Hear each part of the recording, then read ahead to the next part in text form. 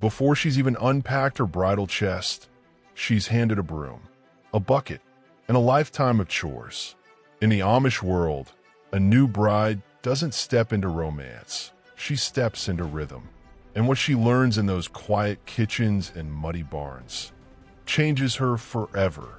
This is the story no one tells. The sacred, silent training of an Amish newlywed. Her wedding dress was white, but the apron came right after. They tell her she looks beautiful on her wedding day. And she does. The white dress, the simple flowers, the gentle smile. But what no one says out loud is that by tomorrow, that white dress means something else now. Responsibility. That same day, maybe just hours later, she's already in the kitchen, tying her apron, stirring pots, cleaning up. They don't wait. Not here. The community expects her to jump in. And she does. Because she was raised knowing this was coming. Not with fear, but something else. A kind of silent readiness. Her husband might help with outdoor work, but inside, it's hers. The kitchen is hers. The laundry, the floors, the order of everything. And while friend in the outside world might post photos of honeymoons, she's learning how to knead dough for 4 loaves at once. She doesn't complain. She can't. That's not the Amish way. You smile. You work. You don't ask why. The rules are unwritten, but strict as stone. No one hands her a guidebook. No long lectures. But she learns fast. What time to light the fire. When to churn. How many jars to prep for canning season. Which way to fold a quilt. It's all an observation. Watching. Mimicking. If she folds wrong, a quiet nod from an elder tells her it ain't right. If she wakes up too late, she's already behind. No one says it out loud, but it's all there. In glances, in gestures, in the pace of footsteps around her. She learns to match the rhythm. Her mother-in-law doesn't bark orders. She doesn't have to. She's done this all her life. And now the girl must too. You're not praised for doing well. You're expected to. The only time someone notices your work is if you don't do it right. Strange, right? But that's how it goes. It's not harsh, just quiet, strong, unbending. It shapes you. Some days it breaks you. But then, somehow, you keep going. Even her thoughts must learn to be quiet. She might think of her old room, her younger days, laughing with sisters, days that were slower, softer. But now, she can't linger in memory. She's got bread rising, laundry to rinse, a house to maintain. The silence is louder now. No phones, no music, just the wind outside and her own heartbeat. It gets to her sometimes. The quiet. It presses in. But over time, it starts to feel different. Not heavy, but calm. She begins to think less about escape, more about rhythm, about peace. It's strange, really, how a life so full of chores can somehow slow down the world. Make time feel longer. Make meals feel richer. When her husband comes home and the lamp glows soft over the supper table, she sees it. This life, it's not easy, but it's full. And slowly, her thoughts learn to stop running. They rest. She's watched by all, judged quietly by many. In the Amish world, people don't gossip loudly, but they do notice. They always notice. If her house looks untidy, if her pie crust is too thick, if her husband looks tired and his shirt ain't ironed right. It's not just about chores, it's about reputation. A new bride is watched carefully. How she walks, how she greets elders, how she holds her baby when the time comes. Every woman before her has passed through this quiet test, and now so must she. They won't say it directly, but their approval or disapproval shows in little things. Who they invite, who they sit near. It's subtle, but it matters, and she knows it. So she pushes harder, learns faster, cooks better, because in this life, there are no gold stars, just nods of respect or silence. And she wants that nod. One day, she'll train the next girl too. Years pass, seasons roll on, and now, she's the one tying her apron without thinking. the one who wakes before anyone else, who bakes while others sleep. She knows the shortcuts now, the way to fix a torn dress without cutting a new one, the trick to getting stains out with vinegar and sunlight. And then, one day, a new bride enters the house. Nervous, clumsy, just like she was. And without saying much, she guides her, shows her the order of things, not with harsh words, but with steady hands, kind eyes. She becomes what her elders were to her, a living guidebook, a quiet teacher. And in that moment, she realizes this life never gets easier, but it becomes yours. And when you pass it on, something beautiful happens. The rhythm continues, the silence speaks, and the Amish way survives, one apron string at a time. She learns to make joy out of simple things.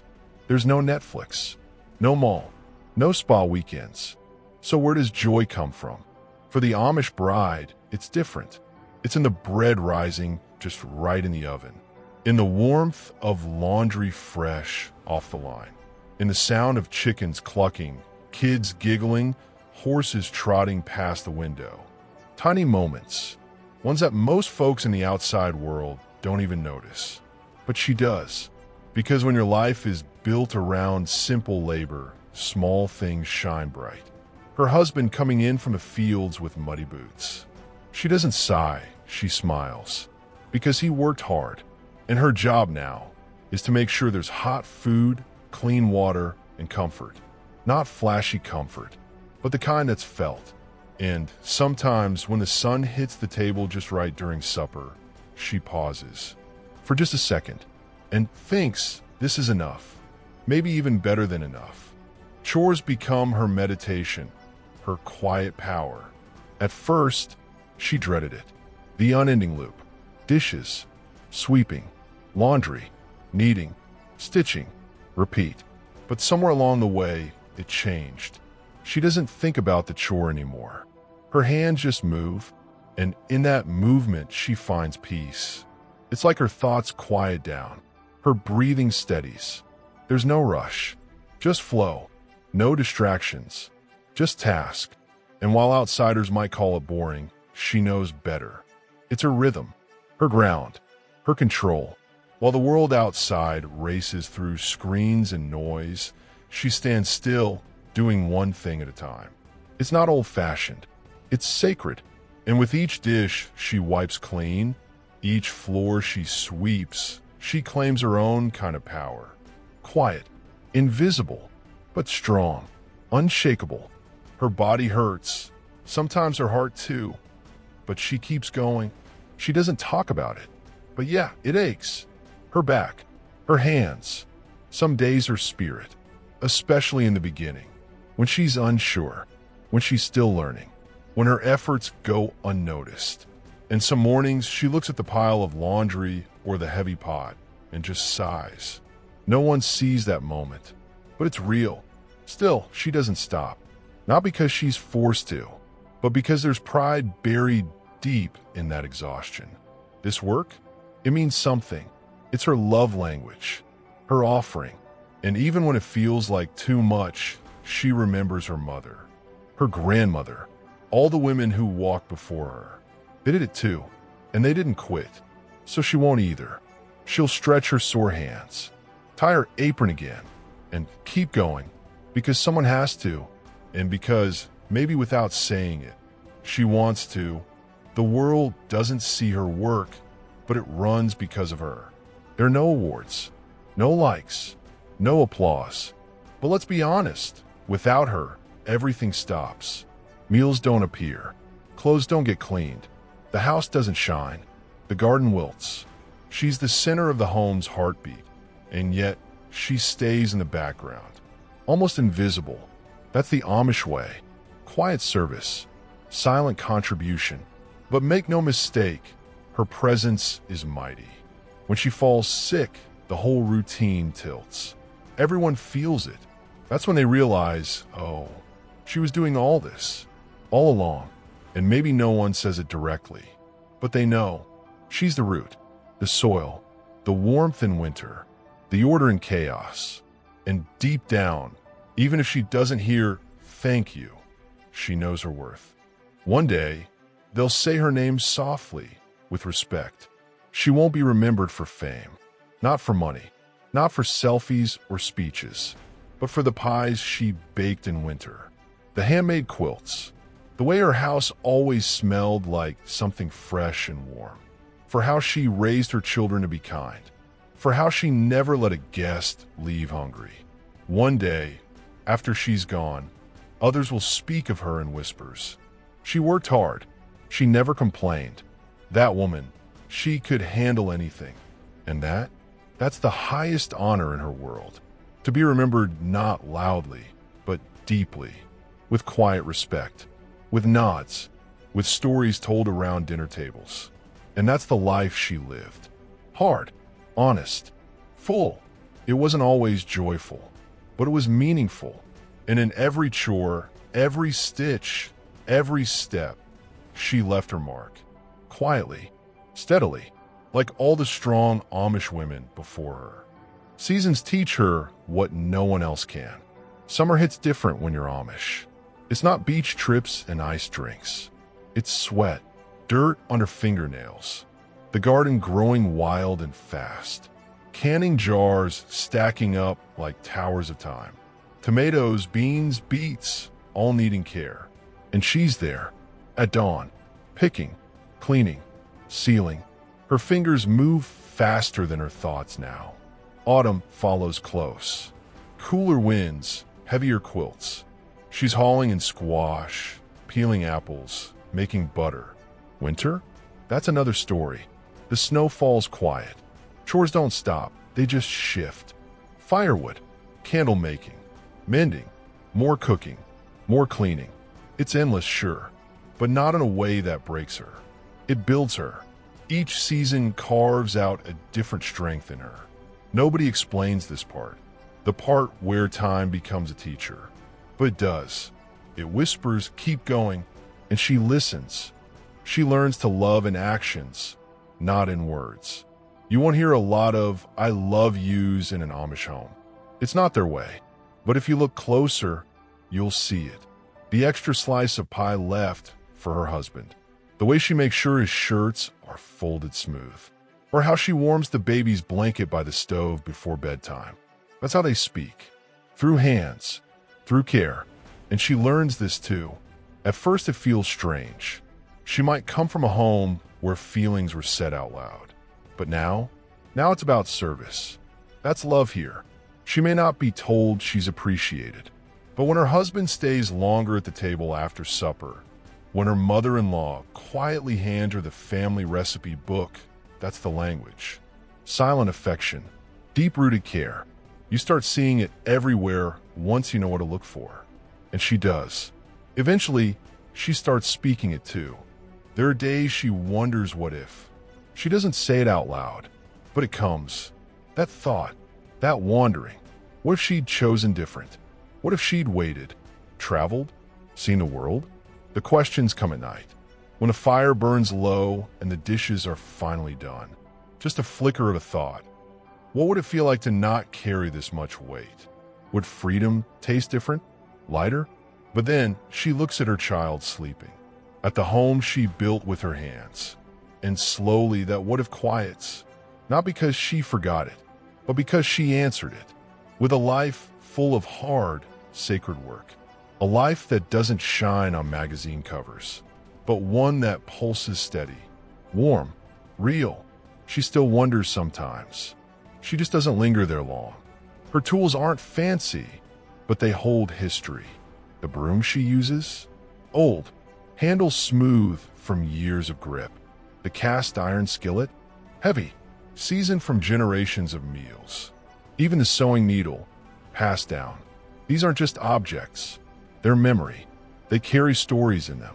Every stitch, every stir, every sweep. It's like someone else is there too. Her mother, her grandmother, the line of women before her. These tools aren't replaceable. Not because they're expensive, but because they've lasted. Because they've mattered. In a world chasing the newest, the Amish bride is trained to value the old. the enduring, the dependable. It shapes her mindset, makes her appreciate what lasts, not just what's loud. And when she picks up that wooden spoon, there's pride there. Hidden maybe, but it's there. In the end, it's not just chores, it's identity. Most people see the work, the chores, the duties, but that's just the surface. Dig deeper and you'll find something else. This isn't about dusting shelves or folding linens. It's about becoming. The Amish bride isn't just trained to clean. She's trained to root herself, to stand strong without noise, to nurture without praise.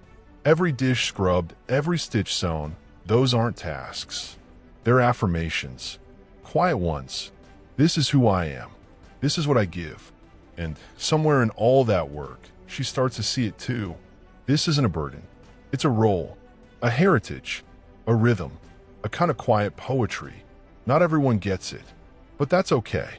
She does, and that's enough. Her hands tell the truth. You look at them, and you'll know.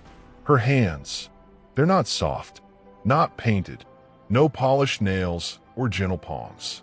They're rough, red sometimes, a little cracked, but strong, and every mark on them means something. That scar near her thumb, that was from her first jam season. The stiff fingers, from kneading dough every morning before sunrise.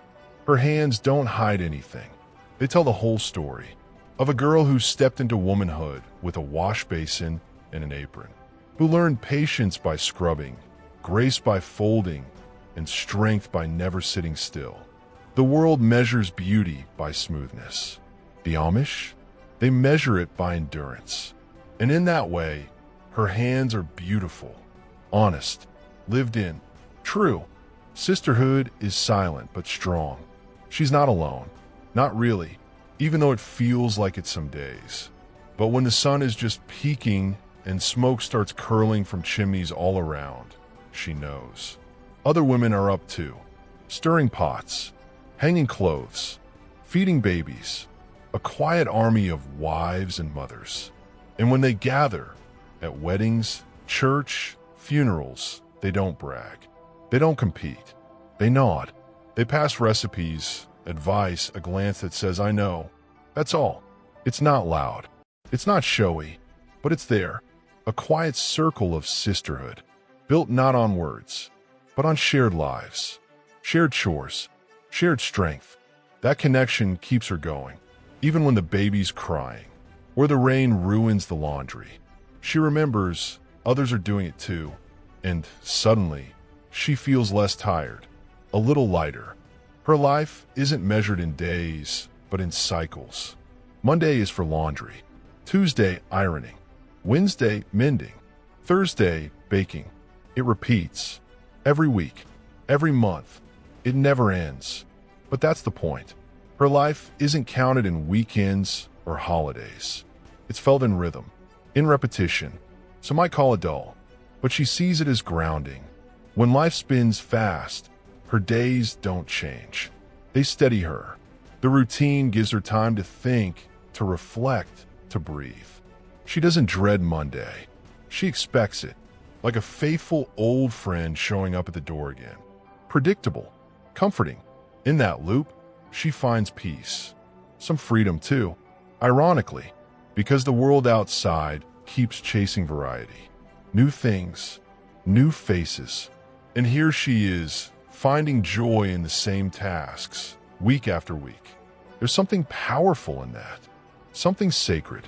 Love grows between the chores. He doesn't write her poems, doesn't bring roses, but sometimes he chops the wood without her asking, or fixes her favorite chair, or feeds the horses early so she can sleep an extra hour. And that's love. In their world, romance isn't candlelight. It's respect. It's partnership. At first, she didn't know how to see it. She thought love had to be louder. But now she gets it. The quiet glances, the way he thanks her with his actions. She leaves an extra biscuit in his lunch. He covers the garden when frost comes early. They don't say much, but they feel it, the bond, and it grows. Right there in the middle of muddy boots, and hot stew and late-night sewing. It doesn't need a spotlight. It just needs time, and she gives it. One day, she'll train another girl, just like her. It all comes back around. One day, when her son marries, a new girl will step into the home. Nervous, shy, unsure, just like she was. And she'll watch this girl burn bread, cry in her pillow, and try too hard. And she'll remember. So she'll teach gently, not with lectures, but with presence, with quiet help, letting her fail sometimes, letting her grow. And when that girl finally folds the sheet perfectly or makes the stew just right, she'll smile to herself. Because now it's her turn to pass the knowledge, to guide another woman through the sacred storm of becoming an Amish wife. And in that moment, she'll feel it, the full circle, the weight, the legacy, and she'll carry it with grace, just like the women before her. She never asked for ease. She asked for purpose. And through every load of laundry, every worn-out apron, and every quiet morning, she found it. In the Amish world, chores aren't chores. They're love, their life, their legacy. If you felt something in this video, if it made you see work, marriage, or womanhood a little differently, subscribe to Rustic Pantry, where we share the forgotten wisdom that still lives off the land.